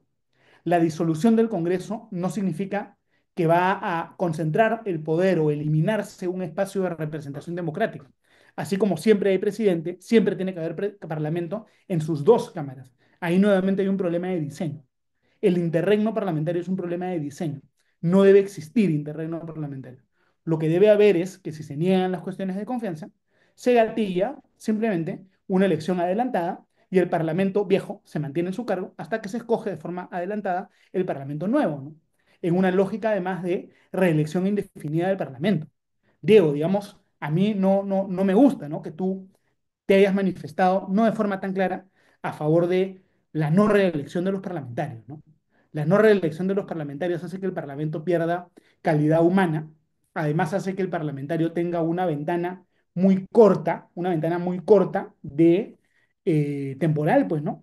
No hay incentivos de quedar bien buscando la reelección, o sea, está muy bien, creo yo, que se haya eliminado la reelección. Es decir, tenemos que reconocer los problemas, tenemos que dar un paso atrás y al mismo tiempo reconocer que hay cosas que no nos gustan, que no van a ser necesariamente inconstitucionales, ¿no? Entonces ahí hay algunas ideas. Último comentario, ¿ah? Yo creo que sí fue, y en esto coincido con Diego, creo que fue un error grotesco del Tribunal Constitucional en su conformación anterior, con el voto singular del magistrado Sardón, del magistrado Ferrero y del magistrado Blume, ¿ya? Fue un error grotesco, creo yo, del Tribunal Constitucional en esa conformación, permitir que Martín Vizcarra gobierne por decreto de urgencia, como si el decreto de urgencia fuese un decreto de ley, ¿no? Eso el Tribunal Constitucional lo autorizó, ¿no? El Tribunal Constitucional por 4 votos contra 3 dijo, Martín Vizcarra cerró el Congreso, eso es constitucional, y Martín Vizcarra por decreto puede emitir cualquier tipo de norma. Eso dijo el Tribunal Constitucional, y yo creo que esa es una sentencia, pues, eh, que envejece muy mal y que probablemente incentivó al siguiente gobierno, a los siguientes gobiernos de Pedro Castillo, a querer chocar con el Congreso. Porque el Tribunal Constitucional dijo, ¿no? Si el gobierno cierra el Congreso, yo lo recompenso con un poder prácticamente absoluto, ¿no? Y ahí hubo una sentencia que fue muy dañina. En fin, podríamos hablar horas, ¿no? Pero acá algunas ideas y gracias nuevamente por escucharnos. Muchas gracias, doctor Gersi, por su participación. Muy candente los últimos temas tocados, específicamente haciendo menciones hacia el otro ponente. Así que pasamos ya a la última ronda. En cuanto a la réplica, 4 minutos cada uno. Iniciaría el doctor Diego. Y también asimismo hacer la mención rápidamente al público de que, ya que vamos a finalizar, pueden ir dejando sus preguntas por el chat, así como lo ha hecho Dante. Y, en fin, continuamos. Tiene el pase, Diego. Gracias, Oscar. Unas reacciones a lo que ha dicho Lucas. En algunas cosas coincido, en otras no. Lo que sí no voy a hacer es entrar en este espacio donde hay estudiantes universitarios, es más académico, a citar a autores como Elon Musk o utilizar las etiquetas de caviares y demás. Creo que no es el espacio. Tal vez en un momento más político podríamos tener reacciones en ese sentido, pero digamos, quisiera recentrar el debate en si esto es una dictadura parlamentaria o no. Y creo que hay un tema muy interesante de lo que se ha mencionado. Yo pienso que no existe esta dictadura en los términos que se conocen como la acumulación del poder en una sola persona o en un grupo de ellos, porque en efecto hay alguna resistencia institucional que por el momento ha permitido, llámese por ejemplo Poder Judicial, órganos electorales, ¿no? La misma Junta Nacional de Justicia, de limitar este avasallamiento del Parlamento respecto de las otras instituciones, esta vorágine parlamentaria que mencionaba Madison, ¿no? Ahora bien, no se trata de que dentro del cuadro que yo haya puesto, que si me gusta la norma o no me gusta y en función a eso la coloco yo. En mi intervención he tratado de ser bastante cauto e imparcial sobre mis gustos personales. He tratado de ver a nivel institucional. Por ejemplo, a mí la reelección no me gusta. O la bicameralidad sí me gusta, pero la he puesto en el cuadro. Pero a lo que voy es el tema de fondo, ¿no? De cómo utilizar la reforma constitucional contraviniendo la voluntad popular, pero además contraviniendo el sentido de la identidad de la Constitución del 93. O sea, pienso yo que un asunto identitario de la organización política era la forma en cómo se estructuraba el Parlamento. Y eso, creo yo, no se puede hacer solamente con una aprobación de dos legislaturas sucesivas. Requeriría un proceso, digamos, popular de por medio, ¿no?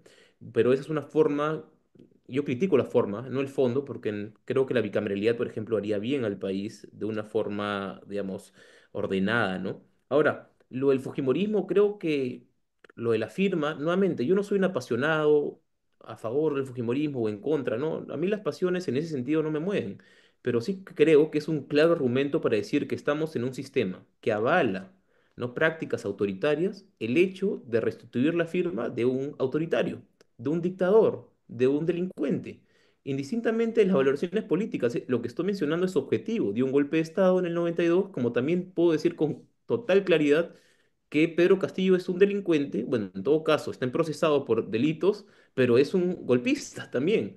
Entonces, no hay un sesgo ideológico aquí. Lo que trato de decir es que hay una confirmación con el hecho de que si un grupo que defiende prácticas autoritarias exalza o enarbola, ¿no? a una persona que ha sido un dictador, pienso que más bien me está dando la razón Lucas en el argumento de decir que lo están validando, ¿no? Bueno, ese es un punto de vista, ¿no? En todo caso podría ser discutible, pero es más simbólico esto, ¿no? Y creo que no hay que quedarnos en eso, sino vayamos a lo de fondo, a lo estructural. Lucas dice que somos inmaduros a nivel democrático para comprender las coaliciones de gobierno, como se dan en cualquier sistema semiparlamentario o incluso parlamentario, porque los sistemas parlamentarios, llámese Inglaterra, llámese España, son sistemas que básicamente buscan coaliciones a partir de la elección de un jefe de gobierno y el soporte es de los partidos, ¿no? Eso es la forma de gobierno parlamentarista, pero claro, acá hay una cita que yo utilizo bastante, que es la de Zagrebelsky, ¿no? Que es el do et des. Él lo dice en francés, pero básicamente es estas coaliciones que buscan contractualizar las leyes, que es doy para que tú me des. Entonces creo que esa coalición es a la que yo apunto, ¿no? Tú me das la ley para que los profesores entren sin examen y yo te doy a ti la facilidad de que las universidades no puedan ser evaluadas periódicamente en su calidad, porque tú beneficias a tu magisterio y tú beneficias a los intereses económicos de las universidades. Tú elegirás al abogado de Vladimir Cerrón como defensor del pueblo, pero me permitirás elegir a los magistrados del Tribunal Constitucional que son más allegados a mí, ¿no? O tú aprobarás la ley antiforestal porque básicamente beneficia a un conglomerado económico y por otro lado, si tú apruebas esa norma, bueno, yo aprobaré lo del reinfo, ¿no? Que sé que te interesa bastante, sobre todo si el financista de muchos de los partidos políticos son la minería ilegal, ¿no? Y los precios del oro están en el cielo. Entonces, eso es a lo que creo yo no podemos llamarle coalición de gobierno, sino un autoritarismo que buscan bajar todos los estándares de control gubernamental, llámese judicial, llámese político, llámese de fuerza de las instituciones, para tener mayor discrecionalidad política y con eso beneficiar intereses particulares. Entonces, eso creo yo, y ahí sí me niego rotundamente a llamarlo como una coalición de gobierno que busca ejercer el poder. No, para mí es un grupo de personas que están enquistadas de forma autoritaria para producir un efecto positivo en sus intereses particulares y se olvidan del bien común. Esa es mi lectura, al menos, ¿no? Entonces, no creo que se trate de inmadurez, de no comprender, de cómo no podemos ver gobiernos que se formen con el Parlamento, sino que lo que estamos viendo es decadente, inaceptable por donde se vea, ¿no? Bueno, una idea final. Ok, en efecto, yo diría lo de la reelección, ¿no? Para responder a Lucas. Yo, en principio, lo de la reelección parlamentaria, diría, a nivel teórico, estaría a favor, ¿no? Pero yo creo que hay que aterrizar las reformas constitucionales y legales en una realidad y situación concreta. Yo pienso que en el Perú lo único que ha permitido la religión es que un grupo muy reducido de personas manipulen, controlen y pongan la misma agenda en el Parlamento en los últimos 15, 20 años. Me explico. Y esto ya lo hablo de la experiencia parlamentaria, no tanto del estudio de sistemas comparados o de la teoría constitucional. Quien maneja el Congreso y esto se los comento, he trabajado 5 años ahí, no son los 130 parlamentarios, ¿no? Quien tiene la fuerza real de los parlamentos, en nuestro país al menos, son 15, 16, 17 personas máximo, pero sobre todo los líderes o dueños de partidos. Entonces, ¿qué es lo que genera la reelección? Que, por ejemplo, una persona cercana a el líder del partido esté de por vida, 20, 25 años ahí, defendiendo las mismas agendas, dándole el respaldo a su autoridad partidaria, siendo como que la persona no solamente leal, sino escudera en las cosas buenas y en las cosas malas. Entonces, lo que no nos permite, pienso yo, la reelección, es darle una posibilidad que nuevos líderes le puedan poner el freno a a las autoridades de sus partidos, primero, poner nuevas agendas, digamos, provocar una alternancia, o mejor dicho, una renovación de cuadros políticos, y sobre todo, pienso yo, permitir que no sean las vacas sagradas políticas que estén todas las vidas monopolizando el debate político, y eso ha pasado. Por ejemplo, ya que hemos hablado del Fujimorismo, yo creo que personas como Patricia Juárez, como incluso Rosángela Barbarán, que a mucha gente no le gustará, pero son personas que jamás, o la misma Marta Moyano, podrían haber entrado con la voz y protagonismo que tienen en el Parlamento si es que estuvieran ahí Cuculiza, ¿no? Luz Salgado, Marta Chávez, personas que son leales a ultranza a su líder sin la capacidad de decirle no a nada, y ni siquiera vayamos quitemos el fujimorismo, ¿ya? Vayamos a otro partido. Vayamos al partido, pues, digamos, de las izquierdas, ¿no? Perfiles como el de Ruth Luque, de Sigrid Bazán, que pueden ser muy cuestionables, algunas de ellas no, digamos, a muchos no nos simpatizan, pero si hubieran estado los políticos de izquierda tradicionales en el Parlamento manejando los mismos temas, las mismas agendas, y no permitiendo que gente joven o gente que pueda renovar la experiencia política, digamos, le haría un gran daño al país. Y cierro con esto, ¿no? Nuevamente, yo pienso que el gran problema de fondo son los partidos políticos, no son los representantes, porque si el árbol está podrido, el fruto, el resultado, la consecuencia de los partidos va a estar podrida. Entonces, no nos concentremos mucho en la reelección está sobrevalorada. Pareciera que los males de nuestro país se van a solucionar quitándola o facilitando, habilitando la reelección indefinida, en lo absoluto. O sea, vamos a tener malos representantes si tenemos malos partidos con reelección o sin reelección. Lo único que creo que se evita a nivel de incentivo es perpetuarse una persona, un grupo de personas que están condicionando el poder de un partido y que se mantengan las mismas agendas y los mismos temas. Pero bueno, es una lectura particular, se puede discrepar. No sé si es parte del debate hablar de la reelección, pero comparto mi punto de vista y en base a eso podemos dialogar. Gracias. Muy bien, agradecemos su réplica, ponente Diego, y pasamos automáticamente al ponente Lucas Garci para que pueda finalizar con esta segunda ronda.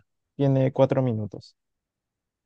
Perfecto, a ver, yo creo que este es un debate entre viejos amigos, ¿no es cierto? No hay que picarnos, es un debate amistoso y voy a pasar a responder algunas cosas que ha dicho Diego. Estoy de acuerdo con mucho, con otras discrepo, ¿no? Yo creo que Diego ha expresado un malestar, le fastidia la política transaccional, ¿no? Lo que ha descrito Diego es que a él le molesta que haya intercambio de favores, ¿no? Que a un bloque le interesa un tema, entonces pacta con el otro bloque para que tú me apoyes en esto y yo a cambio te apoyo en esto otro. Yo creo que esa no es una característica de la política autoritaria, ni mucho menos de la política dictatorial, sino que esa es una característica de la política en general. La teoría del public choice, los premios Nobel de Economía que han estudiado la política en general, estudian ese fenómeno que en ciencias políticas se le denomina log rolling, ¿no es cierto? El intercambio de favores es una característica inherente de la política democrática. Lo que pasa es que nosotros a veces tenemos visiones absolutamente idealizadas de la democracia, pero en todas las democracias del mundo, en Inglaterra, en Francia, en Estados Unidos, ¿no? Seguramente en Japón, en todos lados, ocurren los intercambios de favores, ¿no es cierto? El hecho de que haya intercambios de favores puede ser censurable moralmente, nos puede fastidiar, pero no significa que haya una dictadura parlamentaria ni que exista autoritarismo, ¿no? Más bien, yo me atrevería a decir que la existencia de intercambio de favores, más bien es un signo de que existe pues una democracia o por lo menos un sistema político plural, ¿no? Porque si yo no tuviera diversas facciones autónomas, no tendría necesidad de hacer intercambio de favores, ¿no? En Estados Unidos había un intercambio de favores, pero en la China de Mao no había, o en la Unión Soviética de Stalin tampoco, ¿no? Porque solo la democracia tiene log rolling, intercambio de favores, ¿no? ¿Es posible construir una democracia con puros políticos altruistas que no van a intercambiar favores? Yo pienso que no, ¿no es cierto? Y que el Estado constitucional se basa en reconocer el hecho que la democracia es intercambio de favores. ¿Nos molestan algunos intercambios de favores? Sí, nos molestan, pero ese ya es el contenido del sistema político, ¿no? Para contrarrestar eso, tenemos que buscar que hayan fuerzas políticas distintas, personas distintas en el Parlamento, ¿no es cierto? Yo creo que el Parlamento que hay en el Perú no representa mucho la voluntad del elector, ¿no? Y ese es un problema electoral. En el Perú puede entrar alguien al Parlamento con muy pocos votos preferenciales a favor de esa persona. Es decir, entra un montón de gente al Parlamento que no los conocen, que no son populares, que no los quieren. Y por eso el Parlamento está tan desprestigiado. Para corregir esa falla, yo creo que la reforma más importante es una reforma del sistema electoral. Si nosotros reducimos el tamaño de los distritos electorales, los candidatos ya no son anónimos, ¿no? Ya son personas de carne y hueso, nombres. Yo ya no tengo que escoger en una elección entre 500 candidatos al Congreso por Lima, sino de repente serán candidatos al Congreso por La Molina o candidatos al Congreso por Jesús María Colince, candidatos al Congreso por Independencia, de repente, y ya no van a ser 500, sino de repente van a ser 15. Y ya voy a saber quiénes son los candidatos. Es decir, el desprestigio del Congreso tiene que ver con el mal diseño del sistema electoral. Prácticamente todos los países con democracias más o menos funcionales tienen un sistema o uninominal o binominal para la elección de la Cámara Baja. Lo tiene Japón, lo tiene Alemania, lo tiene Inglaterra, lo tiene España, lo tiene Estados Unidos. Es la elección uninominal o binominal para la Cámara Baja, yo creo que es absolutamente indispensable. Yo creo que es la clave del problema, ¿no? Luego, Diego criticó un poco a los políticos veteranos per se, ¿no? Pero las democracias constitucionales a nivel comparado tienen a sus políticos veteranos, ¿no? Que muchas veces la ciudadanía los caricaturiza y caen mal a muchas personas, pero los políticos veteranos son parte también de, alguna manera, podríamos decir, la tradición no escrita de la práctica constitucional de un país, ¿no? Yo creo que parte de la fragilidad y el deterioro que estamos viendo y la pérdida del escrúpulo político tiene que ver con la pérdida de los políticos veteranos en este Congreso. Y yo creo que cuando recuperemos a los políticos veteranos en el siguiente Congreso, vamos a ver que el nivel de inescrupulosidad de la política se va a recuperar un poco, ¿no es cierto? Como país necesitamos una clase política, porque cuando nosotros tenemos una clase política, ¿qué pasa? Cuando nosotros tenemos una clase política estable, los jugadores ya son jugadores permanentes. Entonces yo un día sé que puedo tener poder sobre mi adversario, pero sé que el día siguiente de repente va a ser al revés. Y yo ya conozco a mi adversario y mi adversario ya no es mi enemigo, ¿no es cierto? En cambio, cuando se pierde esta clase política más estable, es que la política se vuelve una política mucho más de hardballs, ¿no? Yo creo que una clase política estable transforma los hardballs que dice Diego de repente en softballs, ¿no? Para pensar, ¿no? Yo creo que es interesante analizar el impacto que puede tener esa variable. Y lo último, a ver, el último tema, la firma, ¿no? De Alberto Fujimori. Yo creo que no ganamos nada buscando borrar o manipular la historia, ¿no? Esto de eliminar la firma de Fujimori es un poco lo que se hacía en el Imperio Romano, ¿no? Cuando un emperador romano caía en desgracia, su sucesor aplicaba lo que se llamaba la damnatio memoria, que es lo mismo que le aplicaron a Fujimori. Había que borrar su firma en todos los decretos y sus estatuas había que sacarlas, no retirarlas, y ya se vuelve una lucha por la historia, ¿no? Yo creo que la historia tenemos que mantenerla tal cual. La manipulación de la historia nunca nos lleva a nada bueno, yo creo, ¿no? Fujimori, con sus virtudes y sus defectos, tiene que estar en la historia, así como Velasco, con sus virtudes y sus defectos, tiene que estar en la historia, ¿no? Velasco fue un dictador, y yo no voy a estar de acuerdo con borrar la firma de Velasco, los decretos ley de Velasco, que están vigentes todavía, ¿no? Como el decreto ley de comunidades campesinas, por ejemplo. Yo no creo que habría que borrar la firma del general Velasco, ¿no? Entonces ese es ya un tema de la historia y con eso acabo. Muchas gracias. Muy bien, agradecemos finalmente a ambos ponentes. Igual van a tener un tiempo de despedida y una conclusión final. Brevemente vamos a pasar a la ronda de preguntas que por temas de tiempo vamos a seleccionar dos. Empezamos por la de María Pereira sobre qué opinan de que el Congreso pretenda habilitar acusaciones políticas contra órganos que no ejercen política, como los órganos electorales. Tienen 2 minutos como máximo cada ponente. Iniciaríamos por la parte de Diego. Muchas gracias por la pregunta y voy a conectar la respuesta con lo que venía mencionando Lucas, ¿no?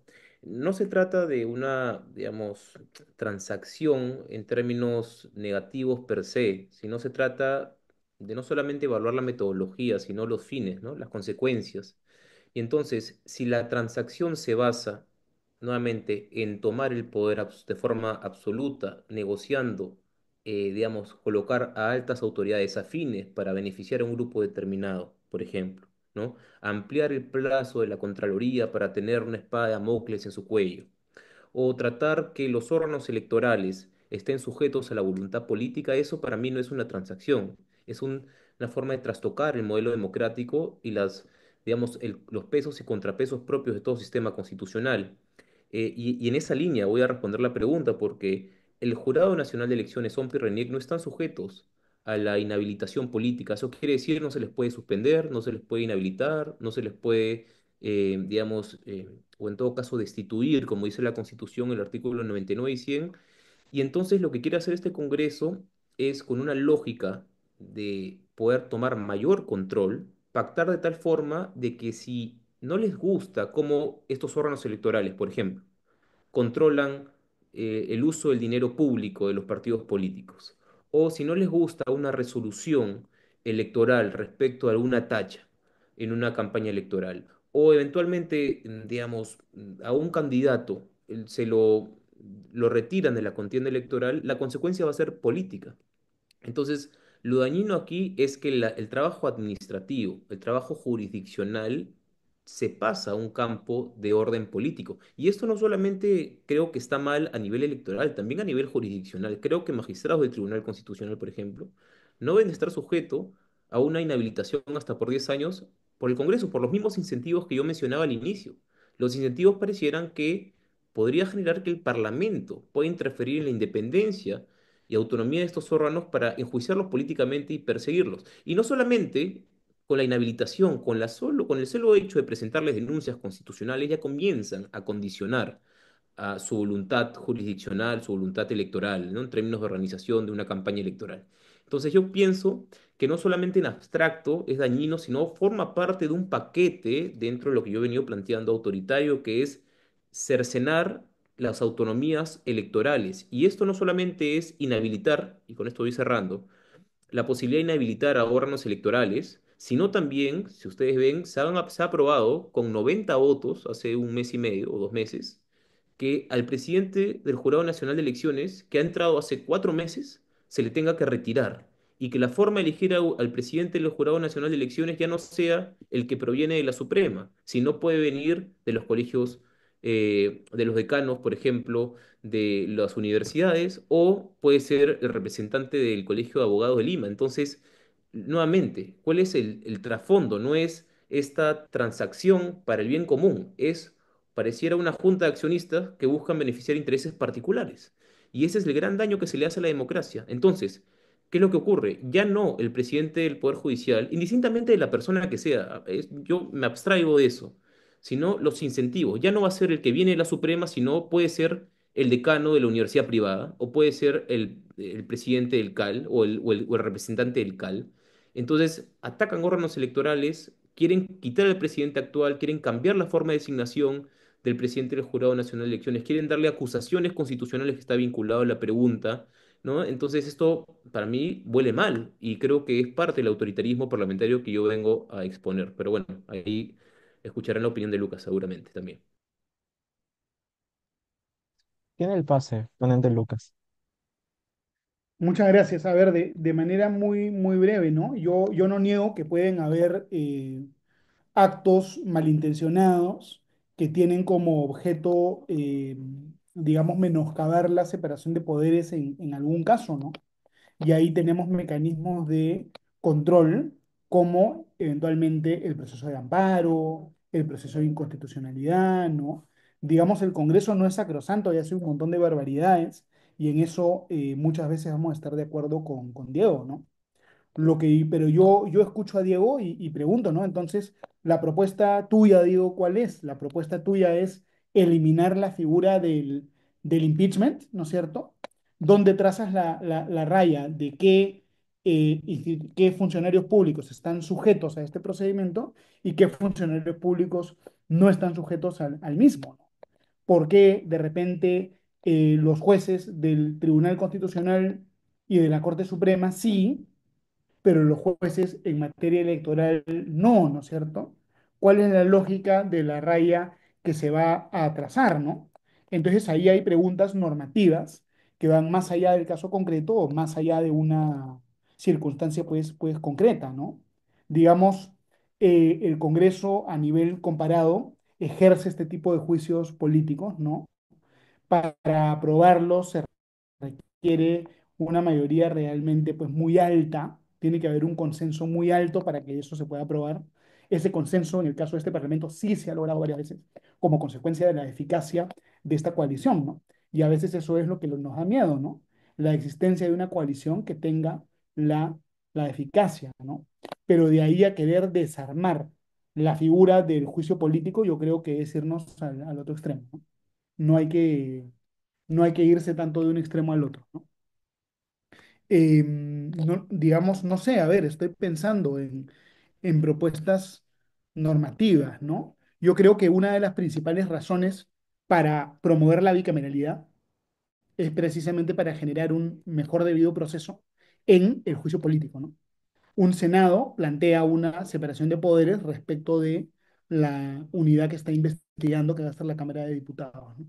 Entonces yo creo que con la bicameralidad este problema va a mejorar un poco, sin duda, ¿no? Ya no me quiero extender más tampoco. Muchas gracias. Gracias a ambos por sus respuestas y pasamos ya para finalizar a la última pregunta, que es por parte de Angelina Flores. ¿Cuál es su lectura del fallo del TC que deja la interpretación de incapacidad moral al Congreso? 2 minutos, iniciaría Lucas García. Muchas gracias. A ver, la verdad que me llama la atención, me parece interesante que nos pregunten eso, porque yo fui parte en ese proceso de inconstitucionalidad, participé como abogado en el proceso de inconstitucionalidad donde el Tribunal Constitucional emitió esa sentencia, ¿no? Yo creo que la sentencia del tribunal, digamos, el Tribunal Constitucional optó por lo fácil, pudo habernos dicho más, ¿no es cierto? Yo como abogado, a ver, voy a ser muy transparente, ¿no? El TC optó por una formalidad y eso yo lo pedí como abogado, siendo yo el abogado de la causa, ¿no? Pero creo que lo mejor para el país hubiera sido que el TC en ese punto específico no me dé la razón y nos dé un desarrollo un poco más amplio, ¿no?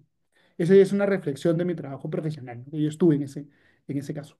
Sin embargo, hay que tener mucho cuidado también de aplicar de forma acrítica una lógica jurisdiccional a los procesos parlamentarios. Los procesos parlamentarios tienen su propia lógica distinta a la lógica jurisdiccional. Por ejemplo, un tribunal de justicia puede emitir una resolución debidamente motivada que representa la voluntad o el razonamiento del tribunal de justicia. En un parlamento eso es mucho más difícil, porque los actores no son tres, ni cinco, ni siete, sino que son 130, ¿no? O más, ¿no? Entonces no puede haber una resolución que refleje 130 voluntades, ¿no? Eso es inviable, ¿no?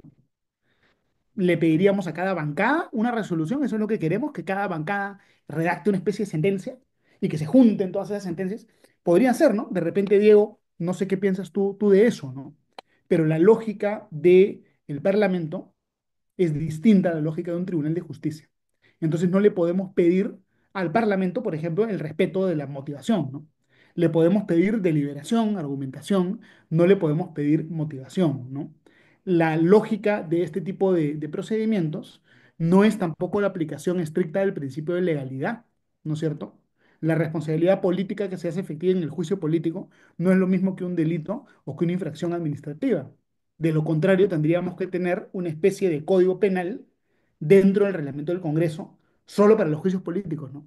y tal cosa no existe. Entonces, no se puede aplicar así a rajatabla tampoco el principio de legalidad ni la motivación al procedimiento parlamentario.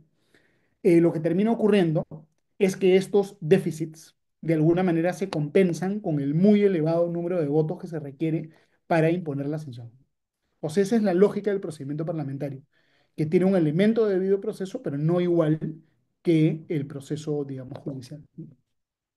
Esa sería mi respuesta. Muchas gracias, ponente Garci, y pasamos rápidamente a Diego. Tiene la palabra, 2 minutos. A ver, mi respuesta a nivel propositiva sería que la vacancia debe ser para mí eliminada e incluirla dentro del juicio político de acuerdo al 99 y 100, ¿no? Y estableciendo en el 117, que son las excepciones por las cuales el presidente puede ser acusado, una lista un poco más amplia vinculada también a cuestiones de corrupción, por ejemplo, ¿no? Entonces, esa es la respuesta corta, ¿no? La respuesta un poco más larga es que pienso yo que el Tribunal Constitucional confunde la lógica del juicio político con la vacancia por incapacidad moral. El constituyente, incluso en la Constitución del 79 y antes, la vacancia era enfocada para cuestiones que afectaban la dignidad presidencial en un nivel extremo, ¿no? Una situación que puede ser insostenible que un presidente se mantenga en su cargo por un escándalo de naturaleza política, pública, ¿no? Que era pues una votación sumamente alta para retirarlo del cargo. Eso ha cambiado a tal nivel que ahora el Tribunal Constitucional no lo entiende como vacancia, sino lo entiende como un juicio político sui generis, lo he llamado de esa forma, ¿no? El Tribunal Constitucional. Entonces, ¿por qué el constituyente, sabiendo que este era un juicio político, lo puso a nivel de vacancia en el 113.2 y no lo colocó en el 99 y en el 100? Porque la lógica del proceso o de la institución es distinta. Para mí no es un impeachment presidencial la vacancia. Yo sé que para Lucas sí, lo hemos conversado en algún momento. Pero yo creo que lo que hace el Tribunal Constitucional con su resolución es migrar, la institución migra de una vacancia presidencial por cuestiones de dignidad presidencial del más alto nivel a una razón más de juicio político. ¿Y cuál es la diferencia sustancial? Que el juicio político, lo ha dicho el Tribunal Constitucional, en el caso presidencial, responde a razones que son jurídicamente indeterminadas. Para hacerlo corto, el presidente puede ser vacado por cualquier razón, bajo cualquier circunstancia, solo se necesitan 87 votos. Y creo que ese no era el sentido de la vacancia por incapacidad moral. Y si vemos en la historia, ¿cuántas vacancias por incapacidad moral han habido? Bueno, tres, ¿no? En los últimos 200 años, antes del periodo que les explicaba. Estamos hablando de Rivagüero, Billinghurst y Fujimori en el año 2000. Entonces, y luego, a partir de eso, con las pocas mociones que se habían planteado, se desnaturalizó esta institución. Creo que también el tribunal refuerza este equívoco diciendo que es una figura jurídicamente indeterminada y que solamente con la suma de los votos ya está. Siento que esta figura tiene que haber sido racionalizada, puesta en ciertos casos concretos y en todo caso, si darle una subjetividad completamente abierta, al menos la exigencia de una votación más alta, ¿no? Pero bueno, esa es mi posición y se las comparto, ¿no? Y espero que haya podido responder la pregunta también. Sí, muchas gracias a ustedes por responder la pregunta, al público por participar y ya para cerrar, empezamos brevemente y de forma concisa con la ronda de despedida y una conclusión por parte de cada uno. Iniciaría Lucas Gersi, por favor. Correcto. A ver, solo un comentario breve de lo que dijo Diego, ¿no? El Tribunal Constitucional en ese caso no dijo que la vacancia era una figura indeterminada que se podía vacar por cualquier razón. El Tribunal Constitucional declaró improcedente la demanda interpuesta, señalando que había ocurrido la sustracción de la materia. Es decir, no hubo un pronunciamiento de fondo. Lo que ha dicho Diego, en realidad no lo dice el tribunal, sino que lo dicen comentaristas, autores, lo dice Aníbal Quiroga, lo dice Domingo García Belaúnde, incluso yo también en algún momento lo he dicho, pero no lo dice el Tribunal Constitucional. Si nosotros revisamos el diario de los debates, la idea de la vacancia era que pudiera haber una especie de válvula de escape para remover al presidente que incurría en una conducta indigna que no era delito. Y lo que decía, inclusive yo de testigo, gente que ha conversado con Enrique Chirino Soto, lo que decía Enrique Chirino Soto era, él ponía el ejemplo de un presidente ecuatoriano que era alcohólico y un día agarró el kepí, el gorro del jefe de la Fuerza Aérea ecuatoriana y procedió a hacer una vulgaridad en el gorro, ¿no es cierto? Entonces, Enrique Chirino Soto decía, para que no ocurra eso en el Perú, tiene que haber vacancia. Ese tipo de casos, digamos, en eso se pensó cuando se hizo la vacancia. Y yo creo que es interesante siempre tener un poquito la visión histórica, ¿no? A ver, yo creo que este encuentro, esta charla ha sido provechosa. Para mí siempre es muy bueno escuchar los aportes de Diego, ver dónde hay coincidencias y dónde de repente no las hay. Pero yo creo que es indiscutible que el Perú tiene instituciones deterioradas e instituciones frágiles, ¿no? Y si es que no hay una vigilancia continua y una acción ciudadana y una acción política e institucional, podemos llegar, sí, a una situación de autoritarismo. Ahora tenemos una situación de desgaste, más no de autoritarismo, ¿no? Pero podemos llegar, sí, a una situación de autoritarismo si es que no continuamos en la defensa permanente de la democracia, que hemos tenido con mucha gente, incluyendo con Diego, ¿no? Con Diego hemos estado varias veces en marcha, ¿no? Inclusive recuerda, Diego, cuando nos han gaseado el gas lacrimógeno ahí juntos, ¿no?